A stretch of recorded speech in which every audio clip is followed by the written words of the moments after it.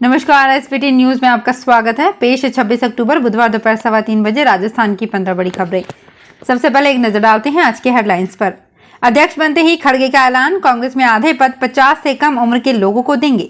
डिग्गी कल्याण जी मंदिर में श्रद्धालु लूटेंगे अन्नकूट। लेवल 2 में पद बढ़ाने के लिए बेरोजगार 28 को करेंगे जयपुर में प्रदर्शन। पीएम मोदी 1 नवंबर को करेंगे मानगढ़ धाम में सभा। और जेल में ई मुलाकात से बंदी और उनके परिजन खुश। और अब खबरें विस्तार से। मल्लिकार्जुन खड़गे आधिकारिक तौर पर कांग्रेस अध्यक्ष बन गए हैं। एआईसीसी मुख्यालय दिल्ली में चुनाव अधिकारी मधुसूदन मिस्त्री ने उन्हें जीत का प्रमाण पत्र सौंपा। अध्यक्ष बनने के बाद अपने पहले भाषण में खड़गे ने पार्टी में 50% पद 50 साल से कम उम्र के लोगों को देने का ऐलान किया।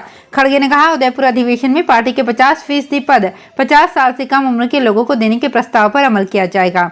उन्होंने भाजपा के कांग्रेस मुक्त भारत के नारे पर तंज भी कसा। राजस्थान के बड़े मंदिरों में शुमार श्री डिग्गी कल्याण जी महाराज के मंदिर में बड़े स्तर पर अन्नकूट महोत्सव का आयोजन होगा। इसमें खास बात ये होगी कि इस अन्नकूट को श्रद्धालु लूट कर खाएंगे। जैसे ही शाम करीब 4-5 बजे अन्नकूट बनकर तैयार होगा तो मंदिर परिसर में मौजूद श्रद्धालु पुजारी का इशारा मिलते ही उस पर टूट पड़ते हैं और अन्नकूट लूटकर बाहर निकल जाते हैं। पुजारी ने बताया कि ये परंपरा सदियों से चली आ रही है। इस बार करीब 10 क्विंटल का अन्नकूट बनाया जाएगा। राजस्थान के सरकारी स्कूलों में 46,500 पदों पर टीचर्स की भर्ती को लेकर विवाद बढ़ता जा रहा है। लेवल 2 में 6,000 पदों को बढ़ाने की मांग को लेकर बेरोजगार 28 अक्टूबर को जयपुर में प्रदर्शन करेंगे। सड़क से लेकर सोशल मीडिया तक विरोध हो रहा है। बीजेपी भी बेरोजगारों के समर्थन में आ गई है। पूर्व शिक्षा मंत्री और बीजेपी विधायक वासुदेव देवनानी ने कहा, कांग्रेस ने बिना तैयारी किए भर्ती प्रक्रिया की घोषणा की थी। इसकी वजह से ही आज ये गफलत की स्थिति पैदा हो गई है। पीएम नरेंद्र मोदी 1 नवंबर को राजस्थान के बांसवाड़ा जिले के आदिवासियों के प्रमुख तीर्थ स्थल मानगढ़ धाम में बड़ी जनसभा को संबोधित करेंगे। 3 राज्यों राजस्थान, गुजरात और मध्य प्रदेश से करीब 1 लाख आदिवासी समाज के लोग इस सभा में पहुंचेंगे। मोदी 3 राज्यों की 99 आदिवासी सीटों को जनसभा और सम्मेलन से साधेंगे। राजस्थान विधानसभा में 25, गुजरात विधानसभा में 27, मध्य प्रदेश विधानसभा में 47 सीट एसटी के लिए रिजर्व हैं। केंद्रीय संस्कृति मंत्रालय और एक एनजीओ मिलकर कार्यक्रम करवाएंगे, जिसमें तीनों राज्यों के सीएम और बीजेपी प्रदेश अध्यक्ष को आमंत्रित किया गया है। कोरोना काल में ई मुलाकात शुरू होने से बंदी और उनके परिजनों को काफी बड़ी राहत मिली थी। ई मुलाकात शुरू होने से जेल विभाग को भी काफी आराम मिला है। जेल विभाग ने इसके लिए नोटिफिकेशन भी जारी कर दिया है। कोरोना में मुलाकात पर लगी रोक के चलते जेल विभाग ने ई मुलाकात को शुरू कराया था। इससे कैदी बड़े आराम से अपने परिजनों को देख और सुन पाता है। इस नवाचार के जरिए राजस्थान में अब पासपोर्ट की तर्ज पर अपॉइंटमेंट लेकर परिजन जेलों में बंद कैदियों से मुलाकात कर रहे हैं। राजसमंद जिले में पुष्टि मार्ग के तृतीय पीठ श्री द्वारकाधीश मंदिर कांकरोली में गोवर्धन पूजा का क्रम श्रीनाथ जी मंदिर की तरह 2 नवंबर को पूरा किया जाएगा। मंदिर में ये परंपरा 300 सालों से अधिक समय से पूरी की जा रही है, लेकिन इस बार सूर्य ग्रहण के कारण ये परंपरा दीपावली के अगले दिन करने के बजाय 2 नवंबर को पूरी की जाएगी। गोवर्धन पूजा के दौरान प्रभु श्री द्वारकाधीश अपने निज मंदिर से सुखपाल में विराजित होते हैं। जोधपुर शहर में दीपावली उत्सव के बाद अगले दिन मंगलवार को ग्रहण होने के कारण गोवर्धन पूजा नहीं हुई। सूतक हटने पर आज सुबह गोवर्धन पूजा किया गया। घरों के आंगन और बाहर में महिलाओं ने भगवान गोवर्धन के स्वरूप को गाय के गोबर से तैयार करके पूजन किया। बुधवार को गोवर्धन पूजा व भाई दूज पर्व एक साथ मनाया गया है। सुबह गोवर्धन पूजन किया गया, इसके बाद भाई दूज पर्व मनाया गया। दीपावली पर केंद्रीय जल शक्ति मंत्री गजेंद्र सिंह शेखावत शहर के भीतरी क्षेत्र में पैदल ही पहुंचे और बीजेपी कार्यकर्ताओं के साथ आमजन को दीपावली की बधाई शुभकामनाएं दी। इस दौरान उन्होंने मंदिरों में दर्शन भी किए। रामाश्याम करने निकले केंद्रीय मंत्री शेखावत का शहर में जोरदार स्वागत अभिनंदन किया गया। मंत्री शेखावत ने बड़े बुजुर्गों के चरण स्पर्श कर आशीर्वाद लिया और छोटे बच्चे मिलते तो उनके सिर पर हाथ रखकर आशीर्वाद देते। जोधपुर में अंधेरे पर उजाले की जीत का पर्व दीपावली सोमवार को पारंपरिक तरीके और हर्षोल्लास के साथ मनाया गया।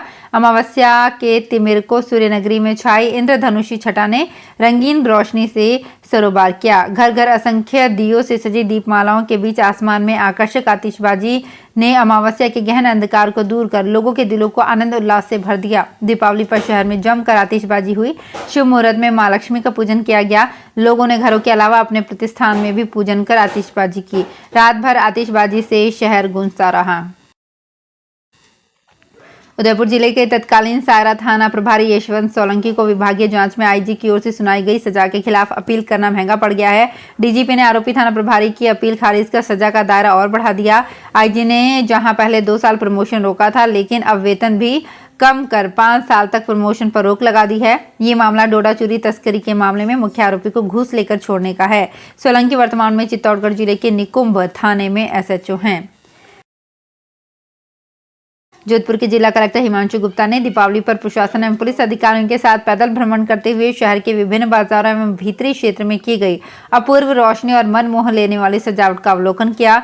जिला कलेक्टर ने नई सड़क से पैदल चलकर घंटाघर तक बाजारों में रोशनी और सजावट का अवलोकन किया। नई सड़क व्यापारी मंडल ने मुंह मीठा कर तथा घंटाघर व्यापार मंडल संघ ने साफा पहनाकर स्वागत किया। जिला कलेक्टर ने घंटाघर पर चढ़कर ऊंचाई से जगमग रोशनी और आकर्षक सज्जा भरे शहर के मनोहारी विहंगम दृश्य का अवलोकन किया।